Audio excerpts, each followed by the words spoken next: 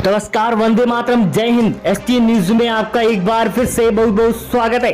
राजस्थान विधानसभा चुनाव की बात करें तो कुछ ही महीने बाकी है राजस्थान विधानसभा चुनाव में।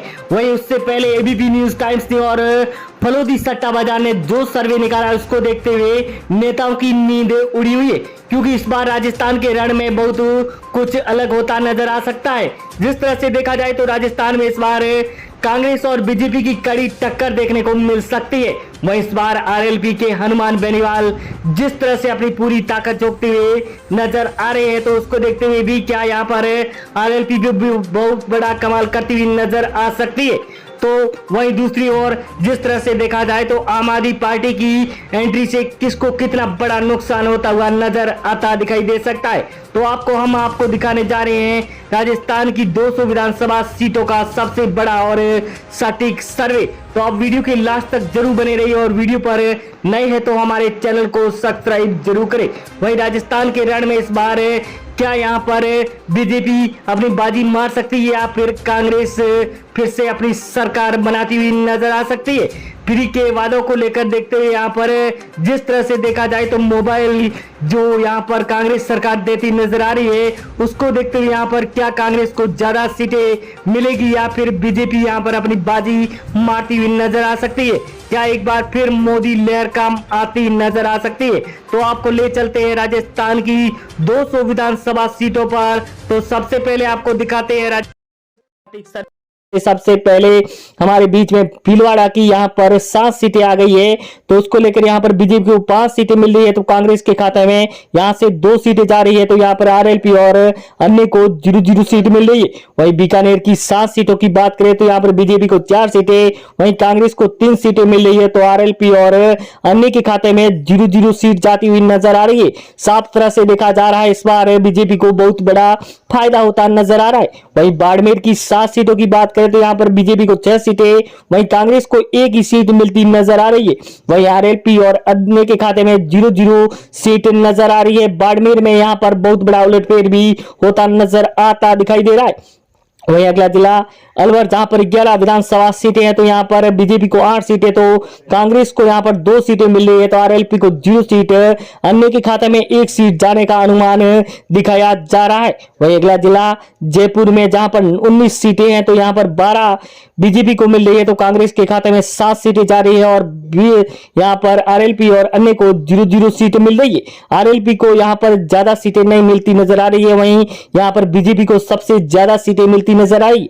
बांसवाड़ा की 5 सीटों की बात करें तो यहाँ पर बीजेपी को 3 सीटें और कांग्रेस के खाते में 2 सीटें जा रही है। वहीं आरएलपी और अन्य को यहाँ से 0-0 सीट मिलती हुई नजर आ रही है। दोस्तों, जिस तरह से देखा जाए तो मोदी की लहर साफ नजर आ रही है राजस्थान में इस बार। वहीं सिरोही की 3 सीटों की बात करें तो यहाँ पर राजस्थान में तो बीजेपी को 1 सीट और कांग्रेस को 2 सीटें मिल रही है। वहीं आरएलपी और अन्य के खाते में यहाँ से 0-0 सीटें मिलती हुई नजर आती दिखाई दे रही है। वहीं अगला जिला हम आपके बीच में लेकर आ रहे हैं नागौर, जहां पर 10 सीटें हैं, तो यहाँ पर बीजेपी को 5 सीटें, वहीं यहाँ पर कांग्रेस को 2 सीटें और आरएलपी के खाते में 2 सीटें जा रही है, क्योंकि जिस तरह से आरएलपी का यहाँ पर गढ़ माना जाता है, इसीलिए यहाँ पर आरएलपी को यहाँ से सीटें ज्यादा मिलने का अनुमान भी दिखाया गया है।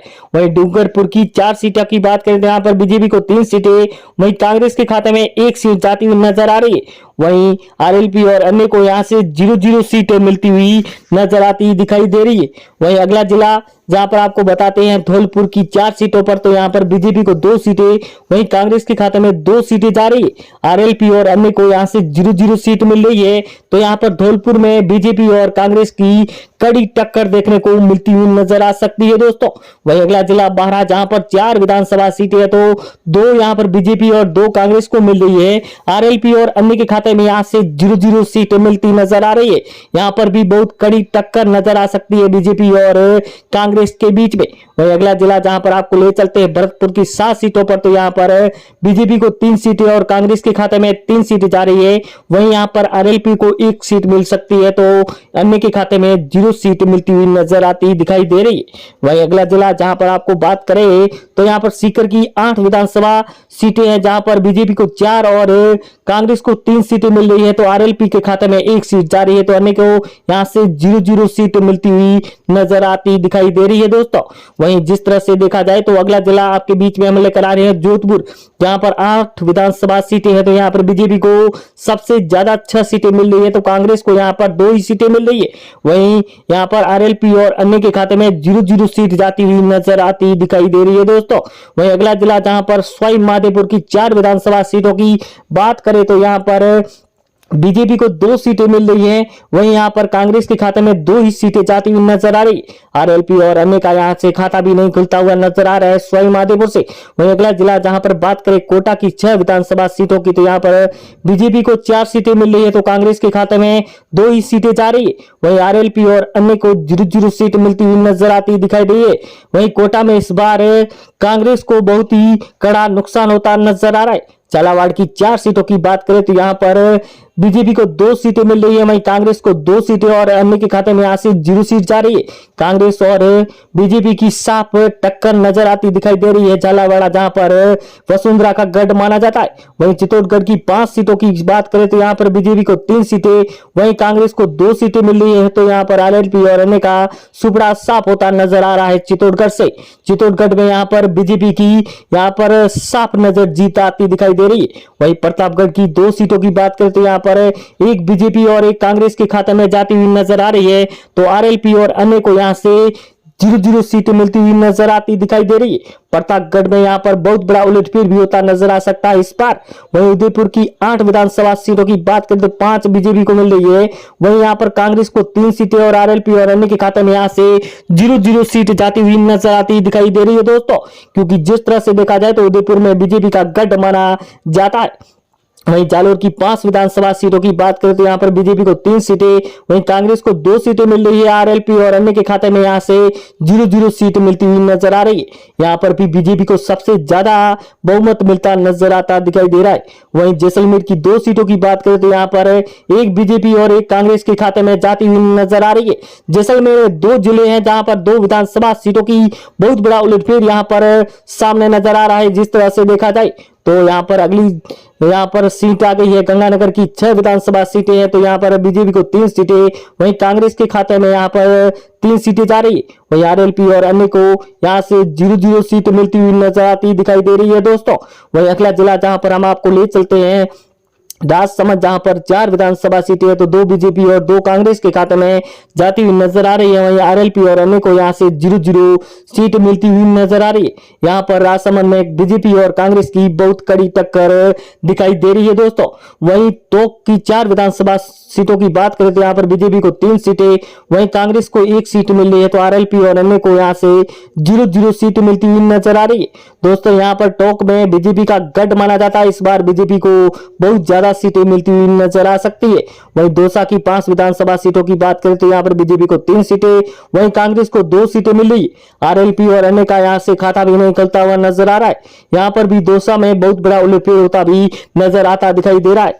तो यहां पर आपको ले चलते हैं बाड़मेर की 8 विधानसभा सीटों पर, जहां पर यहां पर अजमेर में बीजेपी को 3 सीटें और कांग्रेस को यहां पर बहुमत मिलता हुआ नजर आ रहा है। 5 विधानसभा यहां पर सीटें मिलती हुई नजर आ रही। वहीं आरएलपी और अन्य को यहां से खाता भी नहीं खुलते हुआ नजर आ रहा है। वहीं झुंझुनू की 8 विधानसभा सीटों की बात करें तो यहां पर बीजेपी को 5 सीटें, वहीं यहां पर कांग्रेस को 3 सीटें मिल रही है, तो आरएलपी और अन्य के यहां से सुपड़ा साफ होता नजर आ रहा है। यहां पर बीजेपी को बहुत ज्यादा बहुमत मिलने का अनुमान भी दिखाया गया है।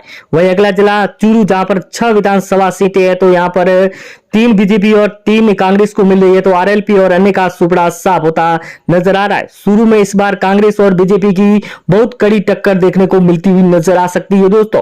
वहीं अगला जिला जहां पर हनुमानगढ़ की 5 सीटों की बात करें तो यहां पर बीजेपी को 3 सीटें और कांग्रेस को 2 सीटें मिल रही है। वहीं आरएलपी और अन्य को यहां से 0-0 सीट मिलती हुई नजर आती दिखाई दे रही है दोस्तों। जिस तरह से देखा जाए तो यहां पर भी बहुत बड़ा उलटफेर होता नजर आ सकता है। वहीं पाली की 6 विधानसभा सीटों की बात करें तो पाली में कांग्रेस को यहां पर 2 सीटें हैं, तो बीजेपी को 4 सीटें मिल रही है और अन्य को यहां से 0-0 सीट मिलती हुई नजर आ रही है।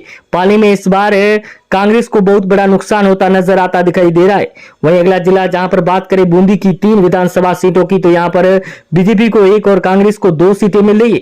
तो यहां पर बीजेपी और कांग्रेस के बीच में बहुत बड़ा अंतर नजर आता दिखाई दे रहा है। तो आरएलपी और अन्य को 0-0 सीट मिल रही है। तो राजस्थान में इस बार अगर बात करें तो 5 साल में जिस तरह से सरकार बदलती हुई नजर आ सकती है, तो इस बार भी यहां पर बीजेपी की परचम लहराती नजर आ सकती है दोस्तों। तो आप अगर राजस्थान से है तो कमेंट बॉक्स में जरूर